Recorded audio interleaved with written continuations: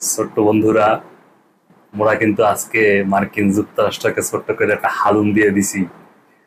তো তোমরা যারা গত আগের 2 ম্যাচ দেখা বলতে আসিলা যে বাংলাদেশের ক্রিকেট ধ্বংস হইয়া গেছে, রসাতলে চলিয়ে গেছে, মায়ের দেওয়া ক্রিকেট টিম বানাই দিছিলা, তারা কিন্তু আজকে দাঁত ভাঙ্গা জবাব পাইয়া গেছো। মুই তো তোমাকে আগে এটা কইছিলাম যে মোরা কিন্তু প্রথম 2 ম্যাচ ঠইগা আমেরিকাকে একটু খোট খাওয়াইতে আসিলাম। এরপরে শেষ ম্যাচ আইসা আমরা বসিতে এমন জোরে টান দিছি, মাছ কিন্তু গাইতে গেছে। খোট খাওয়াইয়া আমরা একটু লেজে লেজে খেলছি, আজকে একেবারে হালুম। তো যাই হোক, যে জন্য আসা, আমার কাছে মনে হইতেছে যে আমাদের উচিত আইসিসির কাছে একটা নালিশ করা, যে মার্কিন যুক্তরাষ্ট্র এটা কি শুরু করছে। 14-15টা দেশের তা মানুষ ধরে ধরে আইন না তারা ক্রিকেট টিম বানাইছে। এবার এটা কি ক্রিকেট টিম? এত সমবায় সমিতি।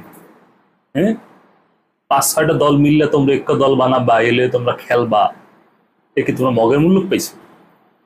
বেটা, ক্রিকেট খেলতে হবে তোমাকে নিজে যে মানুষজন আছে এগুলোইয়া। যদি খেলতে হয় নিজেকে দমে খেলো, নিজেকে মানুষগুলো খেলো। এইসব করে কয়দিন চলবে? হুম। আর দেখো, মোরা আগের 2 ম্যাচ ঠকছি, ঠিক আছে, ঠকার পেছনে যথেষ্ট কারণ আছিল। দেখো, আমাদের প্লেয়াররা এমনিতেই ওই জায়গাতে আমেরিকা যে যাবে, সাকিব আল হাসান ছাড়া সবার পক্ষে কিন্তু যাওয়া এত সহজ না। তো এত কষ্ট করে একটা সোনার হরিণ একটা ভিসা পাওয়া গেছে, মোরা যদি যাইয়াই আমেরিকাকে একদম হারাইয়া ঠারাইয়া দেই, এরপরে কি মোগো আর ভিসা দেবে? হ্যাঁ, দুনিয়া একটু চালাক হইতে হবে না? এই জন্য মোরা সময় নিয়ে খেলছি। ওরা ছোট মোটো দল 2-1টা ম্যাচ জিতছে, ওরা মনে একটু খুশি হয়েছে, তাতে আমাকে কি আসে যায়। হ্যাঁ, আমরা ম্যাচগুলো কিন্তু হারছি একটা বিশেষ কারণে। আমরা এই ম্যাচ হারতে হারতে কিন্তু একটা বিশ্ব রেকর্ড করে ফেলাইছি। তোমরা হয়তো অনেকেই জানো না। এই যে বিসিএস একাডেমি যারা আছো, তারা মুখস্থ করে নাও। বাংলাদেশ এখন ক্রিকেট বিশ্বের একমাত্র দেশ যারা টি-20-তে 100-র উপরে ম্যাচ হারার সক্ষমতা অর্জন করছে। এটি কি যেন তেন কথা?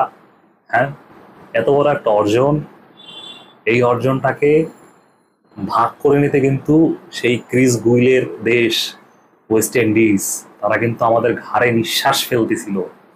কিন্তু আমাদের বাঘের ছানারা তাদের কাছ থেকে এই ঐতিহাসিক রেকর্ডটা একদম থাবা মারিয়া ছিনিয়ে নিয়ে আসছে। আসলে আমরা নিজেদেরকে এমন উচ্চতায় নিয়ে যাচ্ছি দিন দিন, কয়দিন পরে আসলে দেখা যাবে যে আমাদের ধারে কাছে আমরা ছাড়া আর কেউ নেই। তো যাই হোক, আর শোনো, আমরা যে আমেরিকার লগে একটু একটু করে ঠকছি, এটা কিন্তু আসলে ঠগা না, এটা মুখ একটা চাল। এই চাল সবাই বুঝতে পারবে না। মুই অভিজ্ঞ মানুষ, মুই বুঝতে ভালাইছি।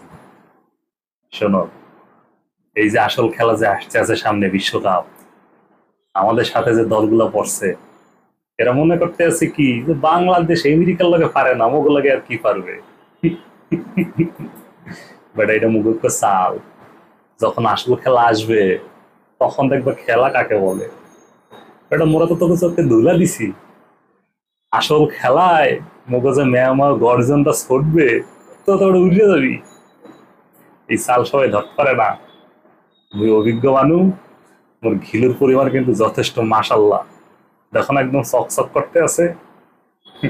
আর মার্কিন যুক্তরাষ্ট্র, তোমরাও খুব ফাল পারতে আছো মোগল আগে একটু ক্রিকেটে পাই দেয়া। এবারে এই ক্রিকেটে কিন্তু মোগ আসল খেলা না। যদি ক্ষমতা থাকে, আয় মোগলাকে পারলে কুতকুত খেললে দেখা, গোল্লাচুত খেললে দেখা, হাডুডু খেললে দেখা, তখন দেখবো মানে কারা পারে আর কারা পারে না। আর যদি ক্রিকেটের কথা পাও, তোরা পারলে নিজেকে মাঠের মধ্যে বসে তো সবাই পারে। হ্যাঁ, আর তো মাঠের কি কন্ডিশন ভালো? সাইড দিয়ে উদলে একটা মাঠ বানিয়ে থুয়ে দিছো। হ্যাঁ, কোনো মাঠ? বেটা, তোরা যদি ক্রিকেট খেলতে চাও, তোরা পারলে মগো মিরপুরের মাটিতে আয়, এরপরে তোকে দেখাইতেছি ক্রিকেট খেলা কাকে বলে। মুই আইসিসির কাছে বলতে চাই, আইসিসি, এখনো সময় আছে, তোমরা দৃঢ় হস্তে আমেরিকাকে শাসন করো। ওরা ক্রিকেট খেলার নামে যে সমবায় সমিতির দল গঠন করতে আছে 14-15টা দেশের প্লেয়ারকে মিলে আইন না, এটা কোনোভাবেই গ্রহণযোগ্য না। ওদেরকে থামতে হবে, এইভাবে চলতে দেওয়া যাবে না। তোমরা কে কে আমার সাথে আছো জানাও, আমরা ইভেন্ট খুললা আইসিসির গোষ্ঠী উদ্ধার করবো, কমেন্টে জানাও।